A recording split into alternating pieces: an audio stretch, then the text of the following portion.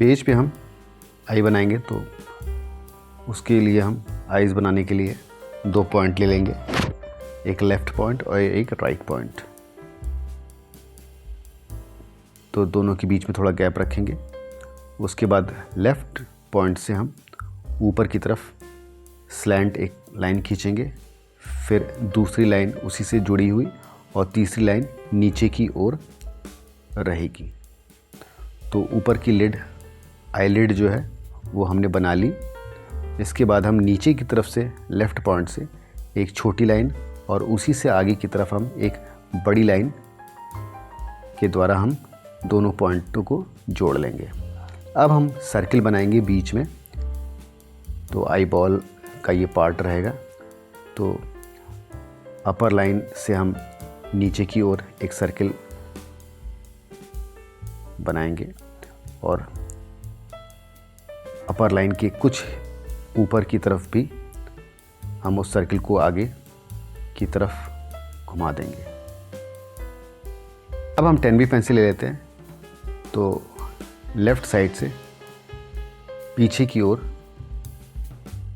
से होते हुए ऊपर वाली आईलिड पर हम 10B पेंसिल का थोड़ा मूवमेंट कर लेते हैं।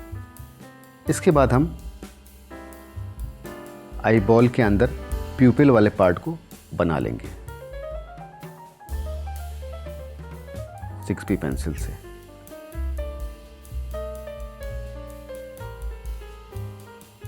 अब इसके बगल में हम एक छोटा सा स्क्वायर बना लेते हैं।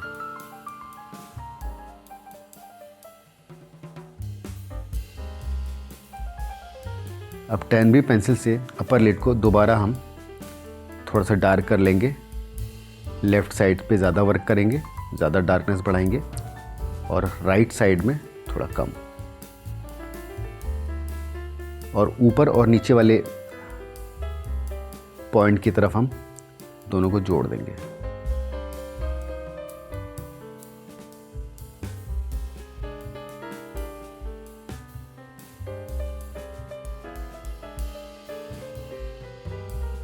अब हम ऊपर वाले सर्किल को इरेज करके ऊपर की तरफ से आईलिड के पैरेलल एक लाइन खींच लेंगे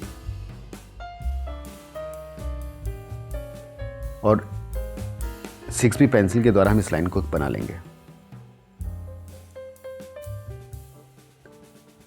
अब प्यूपिल वाले पार्ट को हम 10B पेंसिल से डार्क कर लेंगे। तो हमने ये पेंसिल को यहाँ पर पूरी अच्छी तरह से अच्छे प्रेशर के साथ डार्क कर लिया है। पेंसिल का दबाव ज़्यादा रखेंगे हम यहाँ पर और मैक्सिमम डार्क कर लेंगे उसको। अब 2B पेंसिल से हम आई बॉल के आउटर पार्ट को शेडिंग दे देंगे। तो प्यूपिल वाले पार्ट और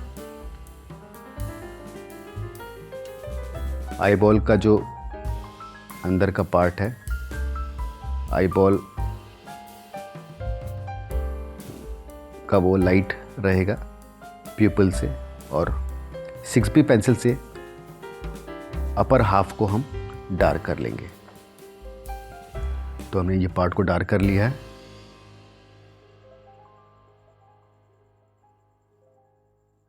सर्किल के और आई बॉल का जो आउटर सर्किल है उसको हम उसी पेंसिल से डार्क कर लेंगे। तो हमने आई बॉल का जो अपर हाफ पार्ट है उसको 6B पेंसिल और उसके साथ साथ आई बॉल का जो आउटर बाउंड्री है उसको भी डार्क कर लिया है। अब हम ब्लेंडिंग स्टैम्प से इस पूरे पार्ट को हम ब्लेंड कर लेंगे जो हमने अभी डार्क किया है, और नीचे की तरफ हम बिल्कुल भी बीच में नहीं यूज़ करेंगे ब्लेंडिंग स्टैम्प। तो जो भी हमने पेंसिल वर्क किया है उस पे हम ब्लेंडिंग स्टैम्प का यूज़ कर लेंगे। अब 10B पेंसिल का मूवमेंट हम लेफ़्ट अपर हाफ पर हम कर लेंगे आईलिड के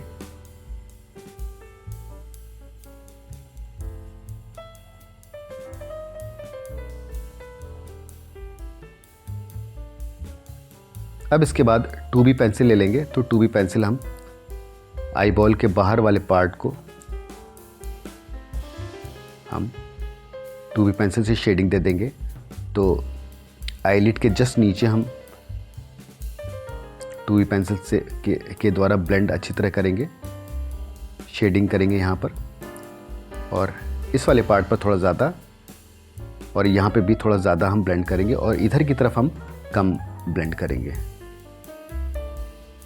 अब उसी तरह हम राइट साइड में भी आईलिड के जस्ट नीचे हम पेंसिल से शेडिंग द्वारा ब्लेंड कर लेंगे हम, और ये पूरे पार्ट को हम बाहर की तरफ से शेडिंग दे देंगे। अब हम ये लाइन भी बना लेते हैं। हम ध्यान देंगे कि हम आई बॉल के पास ब्लेंड नहीं करेंगे, वहाँ पे हमें वाइट छोड़ना है, सिर्फ कॉर्नर कॉर्नर पे हम ब्लेंड करेंगे। अब अपर लिड के ऊपर वाली लाइन के ऊपर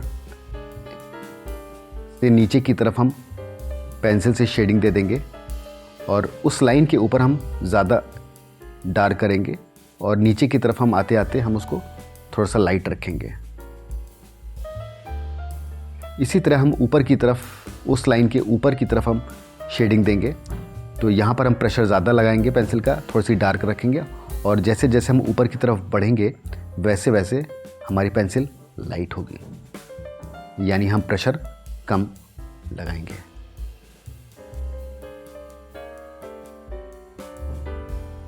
तो इस पूरे पार्ट को हम पेंसिल से शेडिंग दे देंगे।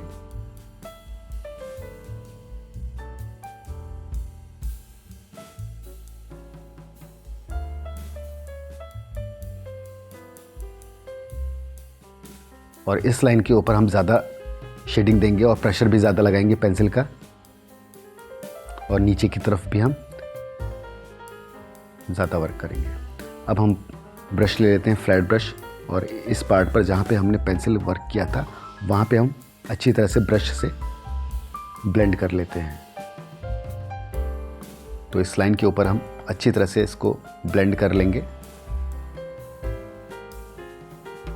अब हम ये आईलिड के बैक वाले पार्ट पर जहाँ पे हमने 10B पेंसिल यूज़ की थी वहाँ पे हम ब्रश का यूज़ कर लेंगे, और उसके बाद आई बॉल के चारों तरफ हम ब्रश वर्क कर लेंगे।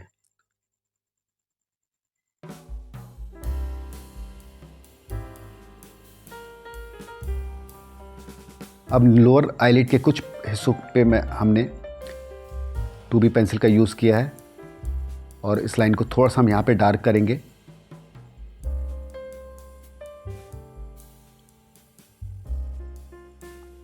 और फिर ब्रश का यूज़ करके हम उसको थोड़ा सा ब्लेंड कर लेंगे।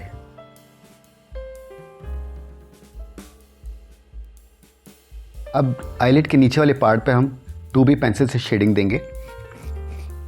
तो आईलिड वाली लाइन को टच करते हुए हम यहाँ पर अच्छी तरह से शेडिंग दे देंगे। तो 2B पेंसिल से हम पूरे इस पार्ट को इस कॉर्नर से लेके, मतलब लेफ़्ट कॉर्नर से लेके राइट कॉर्नर तक हम अच्छी तरह ब्लेंड कर लेंगे, मतलब शेडिंग दे देंगे।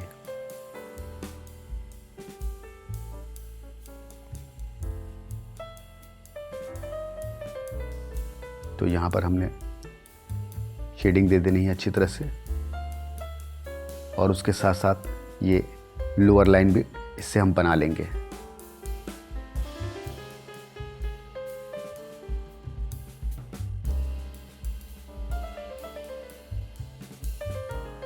तो लोअर लाइन से होते हुए पूरे पार्ट पे हम पेंसिल का वर्क कर लेंगे, और इस एरिया को हम थोड़ा सा डार्क कर लेंगे।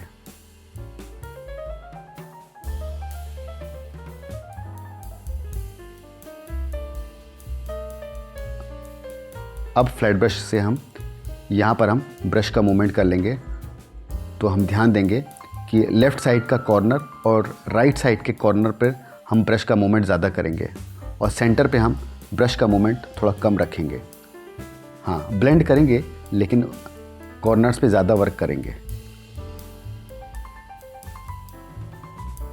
अब आईलैशेस बनाएंगे, तो नीचे से ऊपर की तरफ हम पेंसिल को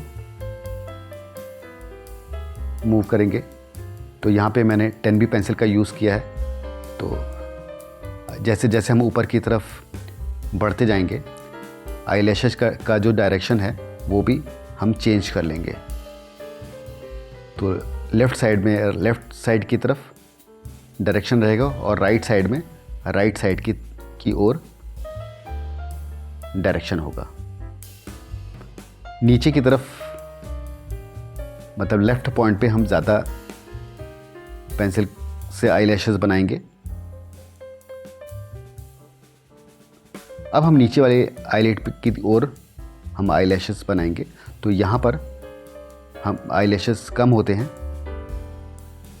ऊपर की अपेक्षा, ऊपर वाली आईलिड की अपेक्षा। तो हम इस तरह से धीरे धीरे लाइंस को ऊपर से नीचे की ओर खींच लेंगे।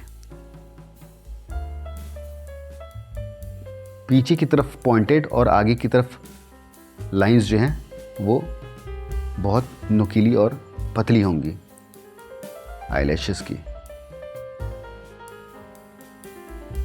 अब हमने यहाँ पे ब्रश का मूवमेंट कर लिया। अब आईबॉल पर हम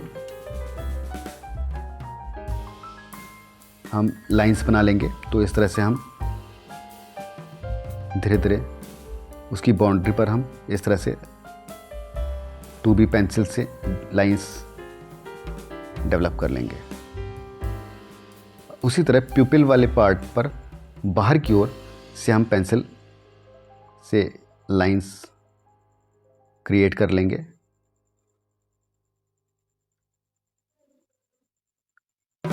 इसके बाद हम ब्लेंडिंग स्टैम्प से हम आउटर पार्ट पर आईबॉल के ब्लेंड कर लेंगे।